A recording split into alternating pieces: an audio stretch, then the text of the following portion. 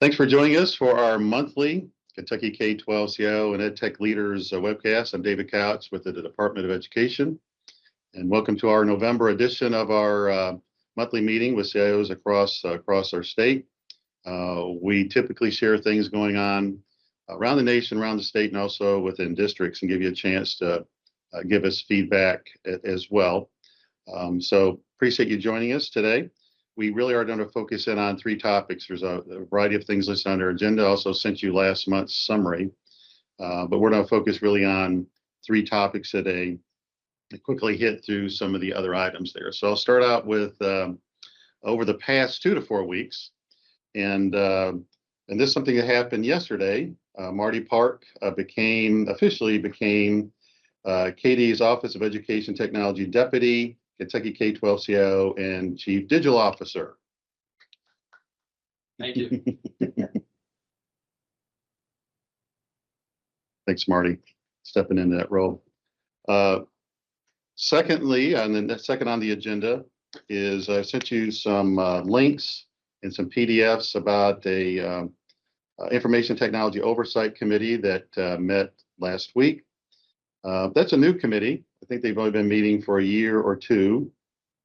So I gave you some things to take a look at. I do want to say that committee is very complimentary of the Office of Education Technology and our approach in comparison to all the other state agencies here in state government, and are typically given as the example of how to do things. And that's just not from doing some certain things 1 or 2 years, but over the course of 2 or 3 decades of things and our approaches to put things in place. So, high fives to our staff. This is part of our OET staff that have done that and put those things in place, and along with our districts that have helped us implement those services for a long time.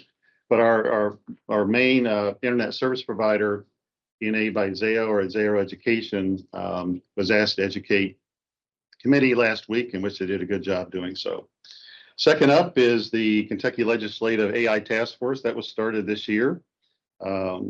Marty and I have presented to that task force before. They've given their final report for the upcoming legislative session. I've highlighted a couple of those items that are related to K-12 for you to take a look at. So I encourage you to take a look through that, and also you can watch the committee meeting itself. Next up is want to make you aware that Commissioner Fletcher, myself, Marty, Associate Commissioner Beth Hargis of the Career and Technical Education met with code.org on their planned results or the sharing of their report here soon. Code.org does that every year and eventually does it to the legislature. So want to make you aware of that. We gave them some input we'd like them to consider before they release that final report. And we've also produced some computer science and AI talking points for the commissioner for the KD staff. Actually, I went over those with the Kentucky Valley Educational Cooperative superintendents, and I think we're very much in sync where districts stand on these kind of positions. So want to make you aware of that update. And now we'll turn it over to you, Chuck, to our connected. I think I've gone through those items I wanted to go through quickly. Now we're going to get an update on the connected user experience with Chuck Austin. Well, thank you, David. Good morning, everybody. I hope everyone is getting ready for all the rain that's getting ready to come across the Commonwealth for the next couple of days. But I do want to spend a little bit of time today providing, I guess, a high-level overview and maybe some context of a lot of stuff that we've got going on right now, okay? I've had the privilege in the last couple of weeks to attend a couple of our regional meetings that we have. Looking forward to attending Region 2s this Friday and some other ones over the next few weeks, and have been privileged to be a part of some really good conversations, okay? Awesome feedback with an awesome group of people, and I say that to our EdTech leaders. But when I was at Region 8 last week, David, I had the privilege of being there with a couple of KETS alumni, and one of those folks was Phil Coleman.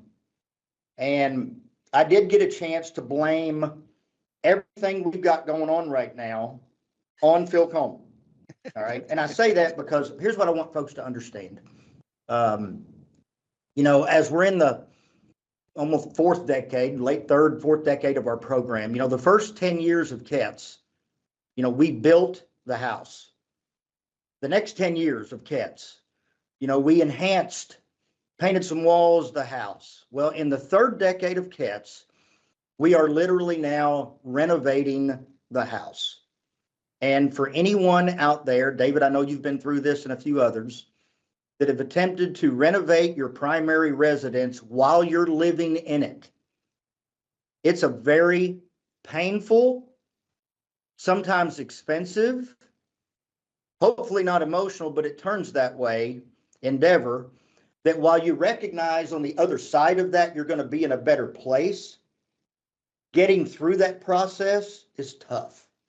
And I say all that because, you know, I hope all of our CIOs and our EdTech leaders, by now you should have copies of our November CIO agenda. That should have been out to you last week. And there's a lot of information in there. There's a lot of details in there. And the intention of that is to cover a lot of this information at the regional level and prompt that dialogue.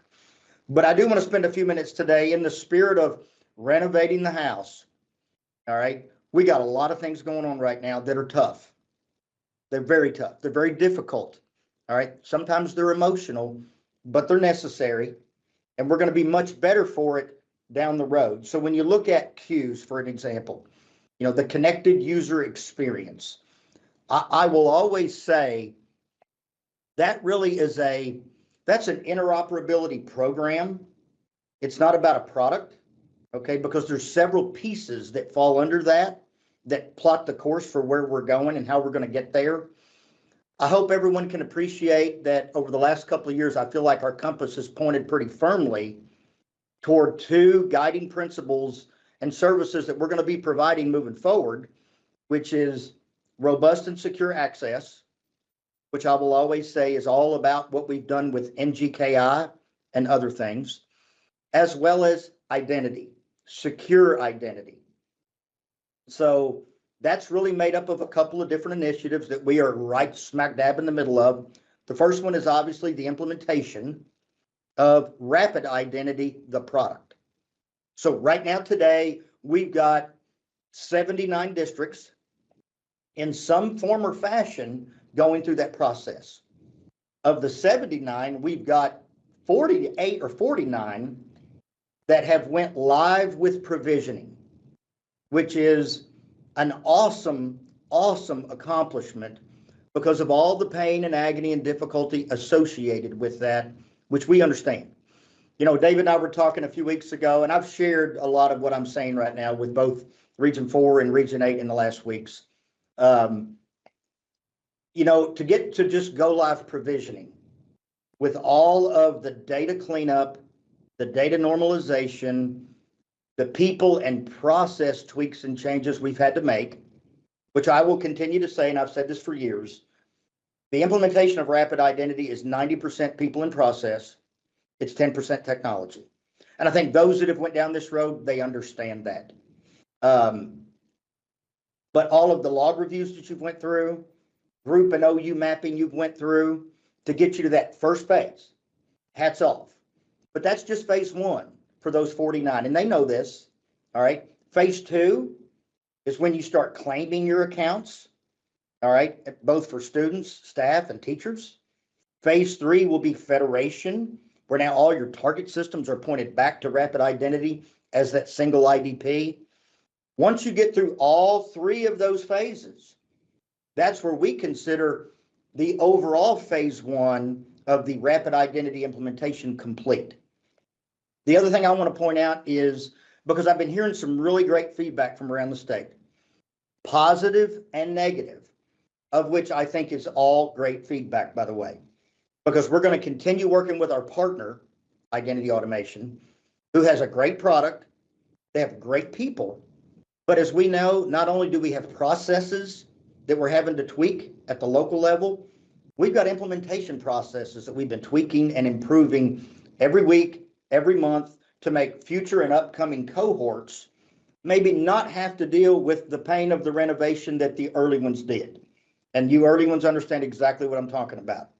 So just for your information, once you get through phase one, go live provisioning, that's where you've been working with your enablement team for weeks and weeks and weeks. I don't want anyone to think that your enablement team or identity automation is going to walk away from you and wipe their hands. That's not going to happen at all. We recognize that the claim process is 100% dependent upon whatever strategy you've developed at the local level and whatever pace you're going to follow to get all students, teachers, and staff with their accounts claimed. For some, that may be a quick turnaround. For others, it may take a while to strategize, communicate, and plan.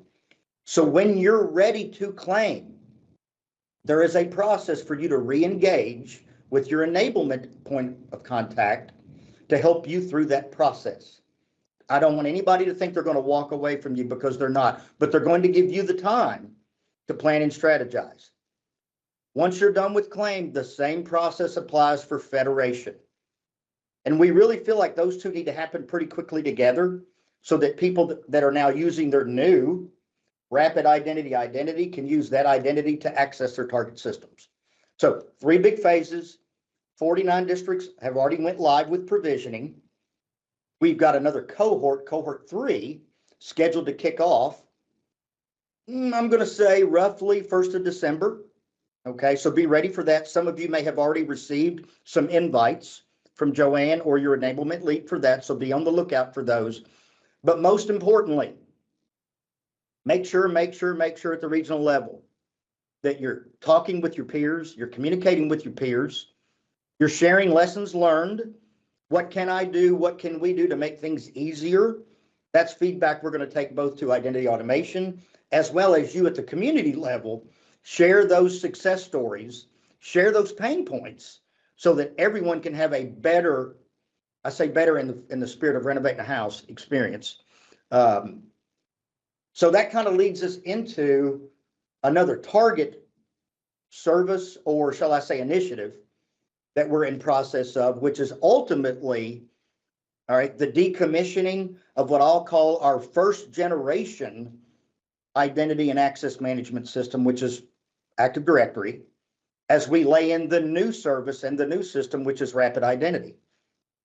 A lot of talk going on about that, a lot of activity, a lot of planning. Really nothing for anybody to do right now, other than participate in what we're doing with our InfoBlocks IP Services Initiative. And this is where we are pulling both DNS and DHCP out of Active Directory and standing up a brand new service, a brand new infrastructure with Volta, one of our CATS partners that all of you should be familiar with, and using the InfoBlocks solution and hardware to provide overall IP services.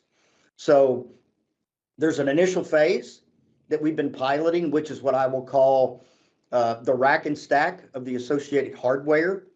That's a non-service impacting event. We're also going to be removing some old Lightspeed gear while Volta is there, possibly removing some old KIH3 hardware while Volta is on site, just to maximize that opportunity to be physically present in a school district, as well as super critical point, which is, I'll call it semi-service impacting, which is the replacement of the Tyler Munis VPN appliance. And that's a super important step in the process, where we need to borrow a little time with your finance staff to take Munis down so that we can replace the old VPN device. And keep in mind, there are some security concerns around that old device that need to be replaced. So we just ask our EdTech leaders, get with your finance staff, work with your KEs, and make sure during that 2-hour, maximum 2-hour window that Volta is going to be on site, we can find no more than 30 minutes to swap that Munis VPN appliance out and make sure that we keep you in a very safe and secure place. Once we get all the hardware rack and stack statewide, we're going to start coming back through and actually transitioning IP services from Active Directory over to InfoBlocks. As a matter of fact, we're doing that here at KDE. We actually transitioned DNS last night, and the fact that we're talking today is evidence that it's working. All right.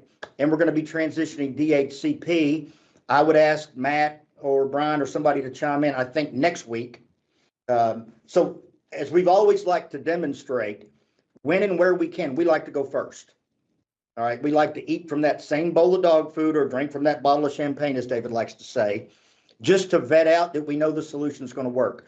I also want to tip my hand out to some of our early pilot sites that have helped us document the process and make sure that we hit our marks when Volta shows up on site. Thank you for that. There will be a future schedule that gets released here in the next few weeks for the transition for every district to move over to the new InfoBlocks solution that'll run.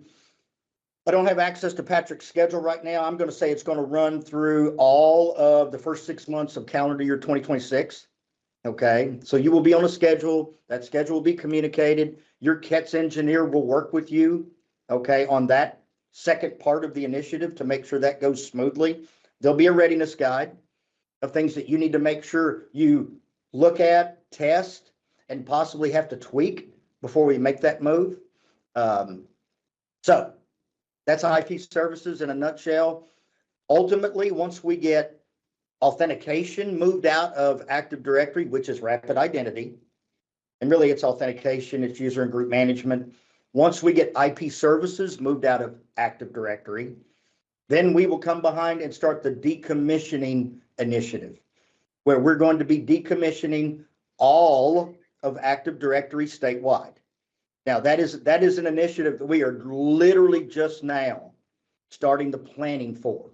We have an advisory group that we've assembled. That group is doing some pretty awesome work right now, collecting from around the state different approaches and systems that districts are using today as we look at deprecating or removing that legacy service. And we're going to make sure that we do as good a job as we can communicating all of the details and all of the preparation that folks need to make sure they put in place to get to that point. And that's a big step. I'll be honest with you. You know, we talk about renovating a house. You know, in a lot of cases, we're not just throwing a coat of paint on the wall. We're knocking some walls down. All right, we're adding on, you know, the implementation of a new service for authentication and the removal of on-premise Active Directory. Those are great big things, highly disruptive things. And we recognize that. That's why we're going to take our time and we're going to plan, and we're going to plan well. Now, there is a question that always comes up when we talk about the decommissioning of Active Directory. And that is, will I have the option to retain Active Directory services if I choose to do that? The answer is yes, but, or shall I say yes, however, okay? We are going to focus on decommissioning all Active Directory services, both on-prem and in the cloud. For a district that wants to maintain directory services, there's a couple of things you need to understand. There's probably a really good conversation. I shouldn't say probably, there will be a really good conversation we have with both you as a leader and your leaders within a district, because the complexity associated with that, the cost associated with that, and the risk and accountability that is associated with that are significant. I mean, the opportunity to have to provide brand new hardware, all of the licensing. There is no migration button or easy button to transition your domain into a new forest. As John Logan would explain, and I would butcher if I try to explain it, it's a greenfield approach, which means everything is net new. It has to be recreated from scratch. And that's a really, really difficult, painful process for any district to have to undertake on their own, number one. So we would advise those that want to do this to engage with a partner to help them do it, to make sure they've got a support agreement in place, because that is an infrastructure service, all right, that puts you in a really, really difficult spot in terms of overall support, upkeep, maintenance, and everything else. So once again, we're not saying you can't do it. What we're saying is we discourage it, because I'm also a firm believer with a lot of the conversations we've got going on right now. And this is, David, this is my last statement I'm going to make and my editorial comment for the day. Okay. When you look at our digital readiness data, and Marty's going to talk about this today. All right. We're not taking leaps and bounds by any stretch of the imagination in adding more technical support people. We're losing ground. And that's a fact. We've got districts right now that are struggling financially That's a fact. So I love this concept that I got introduced to earlier this week, which is to simplify and subtract. And I think where we can, you've got to evaluate with your leadership. All right. What feature are you chasing in whatever system that you're replacing that would cause you to have to assume and bear the burden of additional cost and complexity when you overlay that with your capability and your availability. So I'm just a big fan nowadays of let's not try and take on more because we've already got more than we can handle. All right. Let's figure out how we can simplify. Let's figure out how we can subtract. Because I think that's just such an important move moving forward to position your overall school district from an operational support perspective and a financial perspective. So, David, that's a whole lot about a whole lot of things. And I'll turn it back over to you for any comments, questions we've got, or anyone else that wants to throw up there a question in the chat. Thank you, Chuck, for the overview. Just to follow up on one of the things, this coming Thursday looks like we're going to DHCP here and the agency. So thank you, Kenny Brakefield, for sharing that. I know Brian Spellman stuck his head in the door yesterday when we moved the DNS side of it. So so far, so good.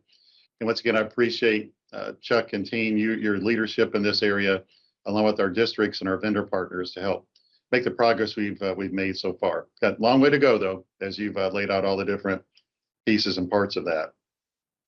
We have, do we have open to go soapbox questions? We did have two fun ones. Have we been able to open those or not? The poll questions we're trying to open right now. Okay.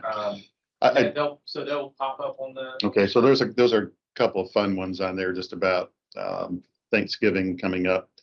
I do want to give we're going to hit on the next 2 to 4 weeks and spend time on it. But as a plug to make sure you're aware of it, we had a pretty significant attempt on a cyber attack here in Kentucky K-12. And we wanted to take the opportunity during this in a closed session to talk about some of the lessons learned with that, along with some bigger picture items, along with cybersecurity. And that's why when I sent out the invite yesterday for the CIOs and EdTech leaders to also invite their technicians to join as well. As we go through it's almost like a professional development kind of thing and training, words of wisdom that we have seen from this latest cyber attack was consistent with some past ones on what districts need to do to prepare and then react in this age of so much time and energy spent by cyber attackers. And as I regularly tell folks, I am so disappointed in my over 30 years here, how much of my time has to be spent on cyber attackers. It is a significant change over the past 5 or 7 years of me having to spend an enormous amount of time on this because there's an enormous amount of attacks that are happening and attempted attacks on K-12. And so we wanted to take some time off in our closed session to talk about that. So for the folks that are watching our KD Media Portal, you will be no longer on there because we don't know who else beyond districts is watching that. And there may be some bad actors that are interested in that. So that's why it's a closed session, mainly for districts and our KD agency staff. Now, Marty, before you hit on the digital readiness report, I'm going to hit a couple of these other items, and then we're going to circle back to it. On our GoGuardian implementation, we're still circling back on the number of districts that are, I hear somebody, looks like they have an open mic open, so if our muters could take a look at who may have a mic open. Got them? I still hear them moving around. Okay.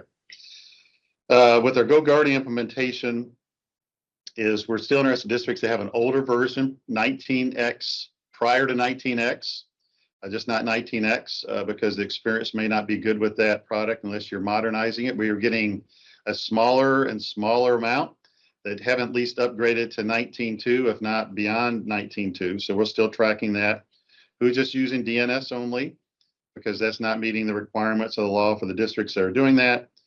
And circling back on the districts that have asked for waivers, about where they're at going at the next school year. And so all that's occurring now. Anything else you want to add to that, Matt, Jury, or anyone else in the team?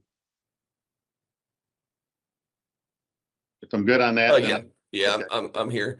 Yeah, so what we're looking at right now is, yeah, paying very close attention to versions that are running prior to 19.2, 1.19.2 for Windows.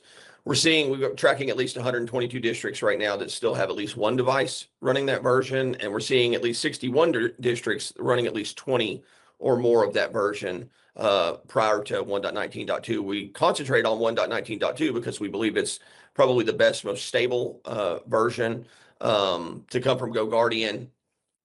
Previously, I'm not saying that the 1.20s aren't great, but in the path of their releases over time, as we went through back during the summer, once we got to 1.19.2, we felt some level of stability in that product. So that's why we're tracking that one. And when GoGuardian is in town, they're also making sure they touch base with the districts who had previously wavered. And if you're one of those districts, you probably met with them when they came in for the conference, the fall conference in Lexington. So we're constantly kind of working that and making sure that maybe some of the reasons why people wavered, see getting GoGuardian to work on those and find out where they're at in the development of those different pieces of technology that maybe made somebody go a different direction. So they'll be touching base with you, and they keep us up to date on that as well. I saw a question is how can a district track that? Is there a way for a district to know how many they have and don't have? I'm not sure if there's a way for the district to be able to do that. We do provide that report to the KEs every 2 weeks, so they have those numbers, and they can definitely share that with their regions. Okay. Thank you, Matt. Just a reminder that the STLP Regional Showcase is occurring tomorrow. Big day. So I know we talked about that a little bit the last webcast. On our KD Data Systems update, Dee Dee Connor and her team are in a training event today. But just some quick plugs for some things is the public release of the school report card dashboard is happening tomorrow. And Infinite Campus Annual Conference, which is outstanding, is coming up on December 4th and 5th. And the Infinite Campus server upgrade and the move will occur in mid-December to early January. And Dee Dee will hit on a little bit more of that in December timeframe. A reminder that our annual top 5 feedback from all districts and all OET staff and all our KD offices is due 15 December. This is the top 5 things in your opinion over the past calendar year that we didn't do well or should have got to that we didn't over the past 12 months on our services. It's the top 5 things that we did do well over the past 12 months. And it's the top 5 things that you believe should be our goals over the next 12 months, beginning in January timeframe. Lisa Morrissey always does, is she actually, I did mean to give you a plug about the AI. That was Lisa Moore's notes that she does and sitting in those sessions. So thanks, Lisa, for all you do behind the scenes for us. And she's taken those summary notes for the districts and putting together the summary because you kind of can forget what happened over the course of a year, and provide those summary notes all together in one document for you to peruse if that would be helpful for you kind of recalling the course of the past 12 months. So just a reminder of that. Now, turning over to one of the main areas we want to hit in these next 2 to 4 weeks is the draft of our 2025-26 digital readiness report that we intend to publish and make public next month, but wanted to give you a draft version of that. I know we're still fine tuning parts of that. But wanted to go over that with you and with our staff and some observations of that. So Marty, I'll turn it over to you. Yeah, and I think a really nice transition. Those poll questions that we asked David, getting a lot of action. Some of the weirdest foods, I think I saw some dressing with anchovies. I'm not sure. But probably the biggest seems like no for Thanksgiving is chicken, which is I personally love to hear that because I'm a we need to save the chickens. That's a theme that my family personally has. Whole other story. But also great to see the other question. He raises chickens. Do you have 14 of them? Currently 14. Is 14. Okay. Yeah. Okay. So, but David, the other question, great to see what we're thankful for most, colleagues, our teams, our staff, and friends and family show up pretty heavy. I know for us as well, that is definitely front and center of our minds through Thanksgiving holiday. So thank you for participating participating in those poll questions. Keep those coming in, especially the weird food. We'll look back at that. We'll bring them up at the very end. We'll circle Yeah, back. absolutely. Okay, all right. Absolutely. So, David, we'd like to, when we get into our conversation about digital readiness, we're referring a lot to digital excellence and the trends that we're seeing. This is a 4-stage growth process.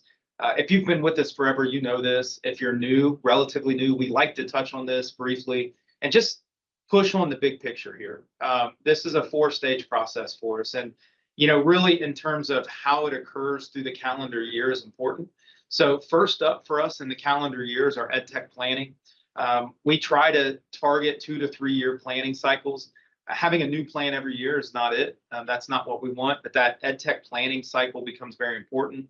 That template matches our KETS master plan. That's something that we did for the first time a few years ago, and that alignment with district EdTech planning and our KDE KETS planning has been instrumental in decisions that we've made and strategies moving forward as we work in partnership. In that EdTech planning process, we are pushing for student voice, and you'll see all throughout the process. We want to look at not just what technologies we're implementing, but how our students and teachers are getting to interact, and so that student voice becomes very important. Next in the process is our TAR reporting, our technology activity reporting. Statewide, we have a better handle on this than any other state, and we work strategically in partnership with you as our district leaders to understand the spending patterns, the purchasing patterns, the budgeting patterns that come into our technology activity report. Right now, we'll look at a couple components, but Mike Lettingham and team are leading through the analysis of that annual technology activity report. We will bounce that and triangulate that with all other information and data that we have. And that will become very important as we move into the new calendar year to see what we're spending, how we're spending, and how we push on. David, I know our additional budget request comes into play there. Next in that process is our digital readiness work. This is extremely important for us. That's where we're going to spend most of our time today. This is not a compliance exercise. This is absolutely a growth process. We use it strategically. But we want to push on it. If you're thinking about it as a compliance exercise, we want to work towards using that in bigger and better ways internally in your district, but also regionally and certainly statewide. Thinking about comparative analysis and how to make strong points or elevator pitches for things that as an EdTech leader, you need. That really comes into play here. So we'll spend most of the time today on that. And I did want to hit on, David, you just mentioned our top 5, or we refer to it as a 360-degree feedback. That's an annual thing. Just wanted to push on. We have a ton of things going on. But every year, the time that you put into this piece, that final piece, as we're looking at pulling that in by mid-December, we spend a ton of time with it. What you are telling us directly, it's your direct mechanism, goes into our strategy and our work. And so we'll be able to talk through that after the turn of the calendar and leverage how the process as a whole fits in. So just wanted to touch on that. In our digital readiness, our target right now is our December 1st target. We're on track. And you will see the public release of that. We will communicate it out. This is for the public to interact with what we refer to as snapshots, reports, and trends. The snapshot is statewide, district by district. You can compare up to 2 or 3 districts on these top digital readiness data elements that you've submitted that we collect. We do have that reporting component, which is our infographic. We used to work on a 10 to 20 page typed report and analysis, but what's really helped us is moving towards visualizing and telling that story statewide. And so in that report is not just digital readiness in terms of inventory types of things, but also programmatically, and then what our students are telling us and our teachers are telling us and how they're getting to use technologies. And then finally, that piece on trends, we've selected our top 10 trends that we've watched and tracked over the years. That stayed very consistent. And so you'll get to see that component. That's, again, just the top 10 things that we're pulling out that we think that we can put in front of folks to help make some decisions and really get that story going. So This is just a snapshot of last year's digital readiness. I mentioned by December 1st, the snapshots will be available publicly. By January 1st, our target is, or that first week of January, is to have our infographic available in public. It'll be published on inside of our CATS master plan under surveys and results.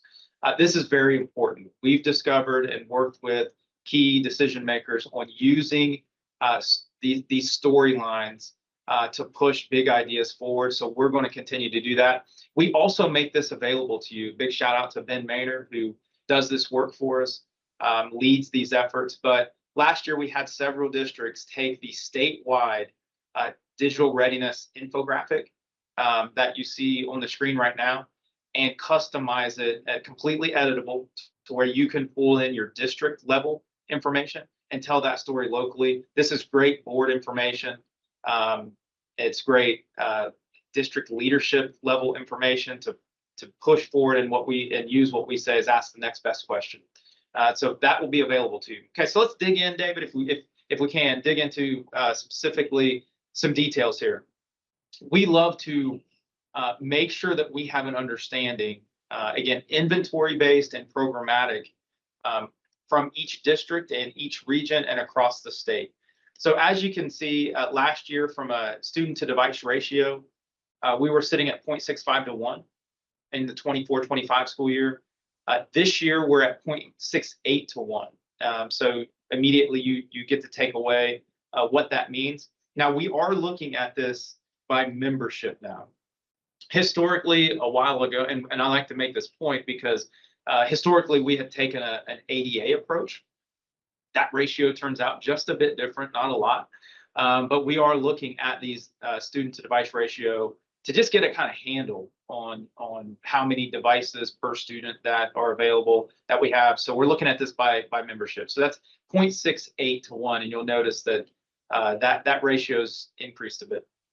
So looking at the footprint, the OS footprint, this is important to us, and for several reasons. As Chuck made some mentions of where we sit with our people side, which we'll touch on, but this becomes very important when we think about the inventory in districts and what we are distributing out and how the manageability of devices that we're pushing out. And again, this is just computing devices. This does not account for all of the other connected IoT-based devices that are in our district, whether that's security related, surveillance related, and others. So you can get a quick snapshot here. We do have a decline in the total number of Chrome OS devices. We'll talk about that here on the next couple viewpoints, but we're down to 800, and I say down kind of tongue in cheek here, 887,000 Chromebooks across the state, down from over 900,000. However, if you'll notice that from a device footprint perspective, that is an increase. So that's a net increase of percentage. So last year we were at 80.7% Chromebook, and this year we're up to almost 82%. And that's very important for us to continue to watch. So percent increase for Chrome OS, total number of devices down, which points back to a total differential of total number of devices that we'll call out. So from a Windows perspective, we're down to 11.8% footprint. Mac OS down to 1.5%. iOS, another drop there, down 4.6%. Android number of devices across the state up, down a little bit, but the percent of 0.3 holds pretty steady. So last year, over 1.1 million devices. This year, total number of devices is 3.7% decline from last year. So we'll look at why that is. We like to show this. This is just a quick visual from a change over time perspective, really looking at last year's 10-year lens on what that change over time looks like. So that's just a quick visual there. I want to call out, and this is last year's information. Again, huge shout out to Mike Lettingham and team that will be analyzing the technology activity report. We don't have that just yet, but that work will occur over the next several weeks. Last year in the 24-25, and you can just quickly visualize the decrease in software, apps, and digital content spend. So last year's decrease of 14.4 million, and then from a classroom instructional device perspective, a decrease last year of 34.3 million. We're going to see another decrease there again. So a decrease overall trend in spend for the 25-26 we'll be able to report out and share, because I think that becomes very important for us as we move forward. We've referenced the funding cliff multiple times from pandemic relief, and that's really playing out. It's right in front of us. I want to call out real quick this total number of devices. We saw this year more surplus devices than we had projected or expected. And so what that means to us is, while we did have a purchasing pattern that stayed pretty constant and pretty true, where the number of devices being purchased, we surplused more devices. So we retired, got off the network, and surplused more devices. And that's the difference that you're seeing here. And so that's a call out to a spending pattern. Sorry, wrong direction there. Okay, so more storylines that we're looking at. David, I know we've had a ton of conversations so far about what this means and what it doesn't mean, which is also very important. So we talked about the OS and the footprint. We looked at what that footprint, that shift looks like. I know we're projecting and holding and watching patterns pretty closely. From a total student device count, we look at, and this is very important strategically, this is very important from a learning design perspective, but are those devices being assigned to students, and are they mobile devices, meaning that students can interact and use those devices in learning whenever and wherever they need to. So mobility becomes a major conversation for us from a learning design perspective. We've been watching this for quite some time. 92% of our overall devices are mobile, which is awesome. And we know that that comes with additional support drainage. We know that it takes more to support mobile devices than fixed devices. And so we're all working and adapting to that as much as we can. But that trend continues to rise up, which from a user experience perspective is awesome. From a support perspective, that's enters in some additional challenges.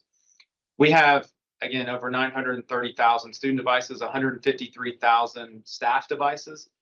That percentage breakdown is 85+% for student devices, 14.2% for staff. What this also means is we have about 100,000 or so full-time staff. We also have additionally employed part-time staff. What we know across the state is generally we do not assign devices across the state in our districts, in our schools for part-time folks, necessarily folks who may be transportation targeted folks. So we're not targeting assigning a mobile device to maybe some of our bus drivers, obviously. So we have a total number of staff devices that exceed the number of full-time or FTE staff. What that means is that mobility perspective or that mobility conversation shifts a bit. But we believe that with 50,000 plus teachers, that there's a significant number of our teachers, high percentage, 95+% of the teachers who have access to a mobile device that they can do learning design work, do instructional planning, and not just in their classroom at their desk. And so obviously that's it. So let me pause and ask you, or just make some points here, and then ask the group here. So in the middle of last month, the Windows 10 operating system went end of life for the most part. Now you could purchase, or if you're at the home, for the most part, you can get at no cost the extended security update for a year. I think in the school systems, it's around $60 per device that you have to do in the corporate sector as well. So we have close to 16,000 of these pre-Windows 11 devices. So obviously, one of the choices you could have is bring it up to from 10 to 11. A good number of these computers are not capable of doing that, and you get the message from Microsoft that says this is not able to be upgraded. So you have, a couple of choices. One is to completely take them offline and surplus them. The other one is from a Microsoft point of view, to buy this extended security update. Or you can also load a different operating system on it as well. So the question I have, and we were going to ask a poll question here, is Mike Lettingham and team asked the company Insight, how many of these close to 16,000 computers and how many districts have purchased the extended security update? So it was only 2 districts for 15 computers. So, 16,000 minus 15 computers leaves a whole lot of Windows 10 devices. And so when I asked the field staff, what is going on out there with the districts, X number said, that they have been turned in or decommissioned. And that was a very high percentage Since submitting this survey results. The other one would say that they're buying the extended service update or security update. So I asked them, what mechanism are they using to do that beyond Insight? So that's one of my questions to you all. If you are buying the extended security update from Microsoft and you're not using Insight, what purchasing mechanism are you using? Because when I saw the feedback, and this is for our field staff, you said X number of districts are doing the following: either they're disposing of them, which was a high number, or they're buying the extended security update. Like, how are they doing that? Because they're not one of those 2 districts down there that's doing it. So the question I have of you that are purchasing it, who are you purchasing it from? The ESU. And I'm not asking about those that maybe have gone another route and are putting Linux on there or a different kind of operating system on there. I think there's the Chrome OS Flex on there that you can do. Just putting, I know in the Chrome for the browser, they're giving some updates for it for Windows 10, but keep in mind you're still on a security flawed operating system of Windows 10 if you're not got the update for it as well. So you really would need to change out the operating system, not necessarily count on the browser handling that. So I'm looking for the chat. I don't see one yet to where, what else are you using to buy it? And even asked one of our KEs before we started, what are they doing? And I just have to assume, no answer is an answer to me as anyone's been around me. So I'm assuming that if you're not buying it from Insight, you're not buying it. So tell me otherwise, if you're buying the extended security update for Microsoft Windows 10, if you're using another provider besides Insight, we are really going to be interested in that. So that's one of the questions. So I'm assuming it's none, unless one of the district says it is, that you're using it. So I'll wait for those to see if someone's responding to any of that. The other part here, Marty, I find it fascinating that 97% of the student devices are mobile. And during our pre-meeting with our staff, I said, why is it such a high percentage of adults just using here KD agency? I don't think we have a desktop. Right. So, and we haven't had desktops in a long, long time here. So I was trying to say, how is that number so high in school districts where you're still having desktops and to that extensive number of adults? And I think if you adult computers. Adult computers. And so I think and I'll just ask the districts to respond to that as well. I think some of the response that the KE said in that discussion were X number of teachers are giving a desktop to sit on their desk that the district really doesn't want moved. And they're also getting, I guess, a mobile device. When you're talking the mobile, so they're getting 2. And I was always like, I've always had difficulty here as being the CIO for the Department of Education as well, is why we have a desktop and a mobile, just get 1 device. But so I'm interested, and that would be the common question that folks would have. Why are we buying 2 devices for folks, both a mobile and desktop, when 1 can do both? And I'm just seeing the numbers here. That's the number I would have to supply. And the feedback is there's strong context there on, having devices in classrooms for substitute teachers, certainly devices that are connected, that are low touch, devices that are connected to projection systems and displays. Field staff shared those stories. But that's when we're looking at numbers and raw numbers and looking at the number of adult devices in total, it's understanding those storylines. Okay.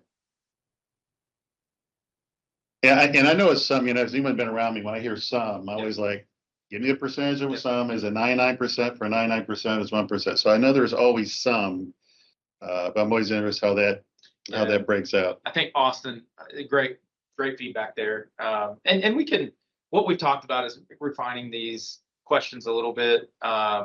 We've always done that, and we've gotten rid of questions that are no longer helpful. And if we need to add some perspective questions or context questions, that's definitely an option.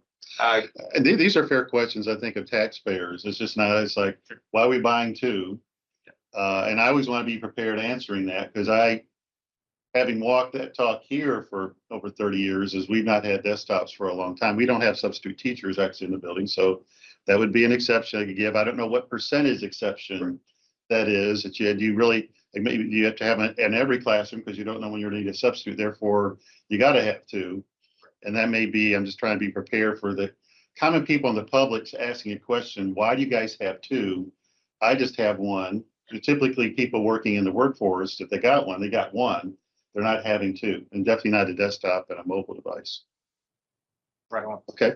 So shifting storylines, thinking about digital excellence in general, and how we are providing access becomes a massive storyline for us, extremely important. So we continue to track this and watch this, and we've done a better job of defining what a one-to-one strategy is, and that's assigning a device, and then looking at, when we assign devices to students, are they able to use them whenever and wherever, including on and off campus? So we've looked at those questions, and we've asked that a little deeper over this past year, and so that's extremely helpful from a strategic perspective. So we'll be able to report a little bit more out on that. Connectivity off campus is a storyline for us locally in each district, region by region. What we know is that it's an affordability question, mostly. It's not an availability target, and so we've worked really hard, especially with other states, to reconsider using guess maps. I call them guesswork maps, or vendor provided maps of availability, or census data. So our target has been for a while now is to name and claim. It's to ask students and families, do you have internet access at home, or the place that you lay your head down at night on a pillow? Do you have internet access there? And so we look at slow or no internet. This year, as reported statewide, we're at 3.35, which is another drop from last year, from 2024, of 3.55. And so that certainly continues to get better. That's 21,000 kids today across our state who still do not have internet access, and we will deep dive there a little bit more. But when we think about, if you do not have internet access where you lay your head on a pillow at night, then do you have access somewhere else, a neighbor's house, grandma, grandpa, somewhere beyond campus? That number drops significantly down to, as reported by you, 5,400 students, down to 0.86. And so that's awesome. That's still 5,400 kids who need additional supports and additional help, but down to 0.86% is significant for us. And I think that's a great storyline. I do appreciate that. I'm taking a look at the chat comments. So thanks for the feedback, and not that I'm not sympathetic to it. I just want to be able to have answers to the questions of, when you see these ratios, why are they the way they are? In comparison to the average person outside K-12, will say, why is this? So thank you. I appreciate the responses. Yeah, very, very, very helpful. I think, David, part of what we're doing here, we've made an additional budget request, and that budget request gets more KETS offers in the hands of our districts. We've asked all of our districts to help in that messaging. We know that we'll get these questions, and so we're trying to work through having really fast and good answers. Again, just an additional deep dive in the access beyond campus. That's important. We look at an additional 1,300 students who have access from the previous year. And then beyond campus in general, not at home, but somewhere, an additional 2,000. And my eyes are trying to zoom in on this, but additional 2,000 students from the previous year. So that's another way to look at it. We'll speed up a bit here. It's always important for us to understand the footprint of what we have available from an inventory perspective that can be used for statewide online assessment. That assessment target is increasing, obviously, but we have 860,000 devices for our 650,000 students that are able to be used. So 92% of all student devices are readily available this year for online assessment. We watch this and track this better than all other states. What we're able to do here is very significant. We work with you in partnership as district EdTech leaders to push on this to make sure it's a great experience. I do want to call out our membership. I think Randy asked the question. Our membership has stayed pretty steady. Student membership, it is down slightly this year, and I think that's important for us to understand. That comes into play here as well, especially when we think about, again, access and connectivity. We've had really big gains here. So kind of a wow moment, you working in district to kind of shift the bottlenecks, greater than 1 gigabit per second, 937 of our schools. We're down to 0, 100 meg or less, down to 11 of 100 meg, in between 100 meg and 1 gig. And so this is very important. This is very significant. We continue to see growth here. And of course, 111 of our schools are the hub site. And so that's direct connection to NGKI, to our internet access, which is always great. That number has shifted. And we kind of, David, for some of our communication points, that number is important for us to know. So we'll continue to kind of watch that. Wi-Fi continues to be extremely powerful and important for us to get right. We've seen some major advancements across the state with E-rate projects, 99.8%. And Ben Maynard says 10 years ago, it was 66%. So it's a big jump. Yeah. Great call out, Ben. And again, not just Wi-Fi, but what we refer to lovingly as dense Wi-Fi.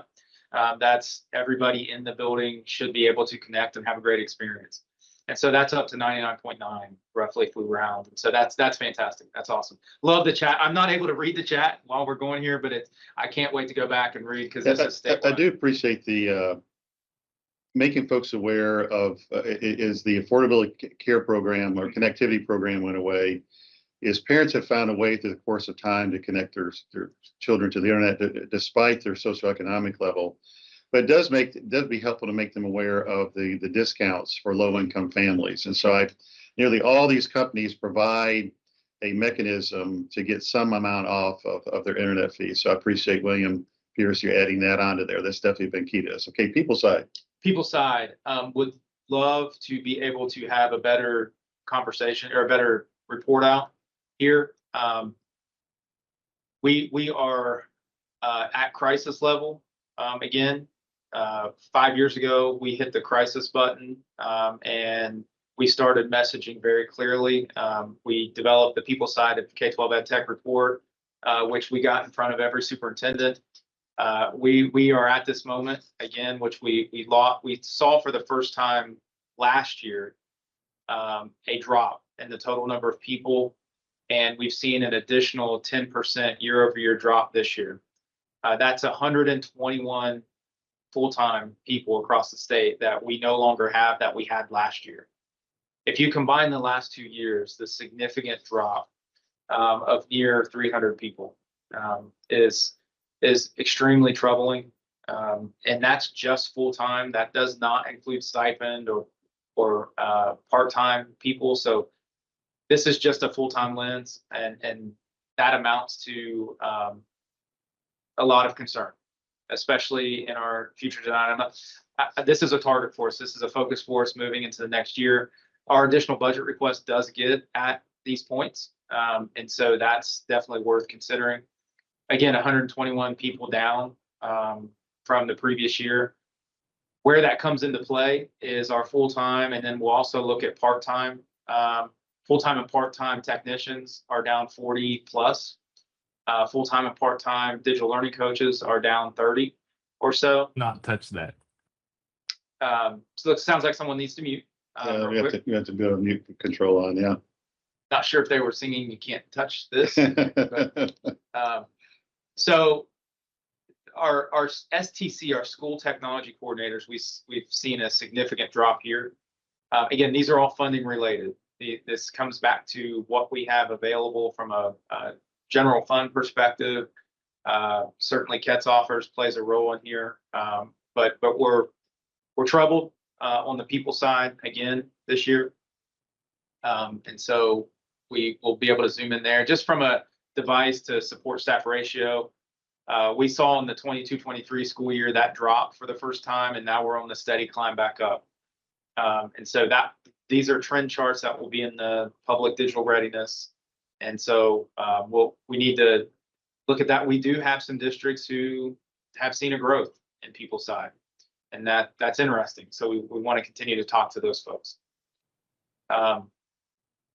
Again, last year from a technology activity report, I wanted to call this out. This is last year's information that, again, Mike Lettingham and team, Rebecca Bright, Amy Young have pulled together that I think is extremely important for us. While we've seen a decrease in number of people, we've seen a slight increase in spend.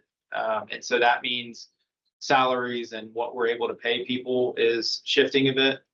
So we'll continue to watch that in this year's technology activity report, the 25-26 lens. I know, David, after we wrap up here and we go into kind of our closed session with our EdTech leaders, we'll talk more here. I don't know if you want to. I'll get a couple of points here. Bob, as I talk about these, a good number of these have been optional over the years, and we've reached a point of such a intense cyber attacks that we're going to, through the CUES project, take these from optional to required, that the district won't have a choice to do them or not do them. And a good number of these should be done anyway itself. So I've asked Bob in our next session to talk about the ones of these that are being addressed. And my concern are the ones that still remain optional, why they're not being done so, because it's a big hole for cyber criminals to crawl through. Marty, if I can cover a couple of things here as we close out this. I don't know how many more slides you have with this one, but I wanted to hit a couple of the other points that I saw in here. Is we do have 143 districts that do direct report to the superintendent, and I think that's a good thing. Yep. We do have 23 districts without a full-time tech, and these typically are the smallest districts. And probably run into some of the things with the cybersecurity, can't keep up with them. I did find it really great that we have 111 student help desks out there. Yeah. That's a win-win for the district and a great skill set. That continues to trend up. I was concerned about the drop in the technicians and digital learning coaches. This is probably the biggest drop that's been there for a while. On the data side, I saw where we have a high number of districts that still do not have someone that is overall in charge of data quality, which means the data that's rolled up or used within the district and rolled up is probably has high probabilities of not being accurate, or more probabilities of it. And about 50-50 split in the districts that do have data stewards for data and don't, which is concerning to me. On the digital citizenship side, I know you had a chart there. 167 do meaningful tracking of the 9 elements. That's great. We have 168 districts that use a learning management system. 140 have included AI into the responsible use policy. I think that's a good thing. And I did want to give a plug. I didn't do that for Sean Jackson earlier. We are so fortunate to have Sean Jackson, not to embarrass you, Sean. Of all the talking points we use for computer science and AI and the stuff you do with code.org and other organizations, I greatly appreciate your work. And I know that we are tracking how many things beyond code.org are districts doing. We have 109 districts doing things beyond code.org and 554 schools at the K-8 level, which is awesome. So appreciate all the work that went into this and the feedback we've gotten so far in this. And thank you, Marty, for going through the bigger picture element of it. And Dave, just to wrap up, the internal work, so huge high five and shout out to our field staff, our CUTS engineers, and our digital learning team. We spend a ton of time here thinking about moving statewide strategy forward. For our EdTech leaders, I wanted to mention, as we wrap up, a lot of the screenshots that you saw today, that's our internal stewardship dashboard. That's a Looker Studio. I pulled those screenshots out, but thanks to Ben Maynard and Sean Jackson, who we're going to make that available to you, that you will be able to log into and work through that internal dashboard. You'll still be able to use the public site, but this will kind of let you bounce a few questions off of it and interact with it in a little bit different way. I just wanted to mention today that you'll somewhere in December timeframe, mid-December, you'll be able to jump in there and use that as well to help you as you're looking at comparative analysis and working on your technology planning. So Thank you. Thanks. And the next thing we'll look at is the top 5 feedback. And this will go for our staff and anyone asking. They say, why don't you make that anonymous? And to me is, I think you can be very critical in a constructive way and put your name behind it. And I think it's a skill set that we all need to do better, is putting our name behind it and be critical in a constructive way. I do find anonymous results are toxic, and you can't really address who's having the issue and when you're talking to them. And the great part when I read through the top 5, and I read through them multiple times, and this will be for our staff, our other offices, and our districts, it really helps you understand the view of that individual or district from a holistic point of view, and it helps us see trends. What are common amongst districts? What are not common? What it is, how much in sync are the OET staff responses to the district responses and the other offices' responses? So it's one of the most important and meaningful things that we do. So please give it the appropriate time and energy to help us find out where we've been, that we've done well and not well, and where we need to go for the course of the next year. Well, those that have joined us on the KD Media Portal, we will be disconnecting that here shortly and just be going in a closed session on cybersecurity, led by Robert Hackworth, and I'll tune in with you there, Robert, too, as we talk about this subject as your backup cybersecurity officer. So I would say thank you for joining us. Hope you have a good Thanksgiving holiday, and we'll see you in December next. For those that are KD Media Portal, for those that are districts, please hang on here as we disconnect the KD Media Portal. So thanks for those on KD Media Portal for joining us. We'll be signing off with you now.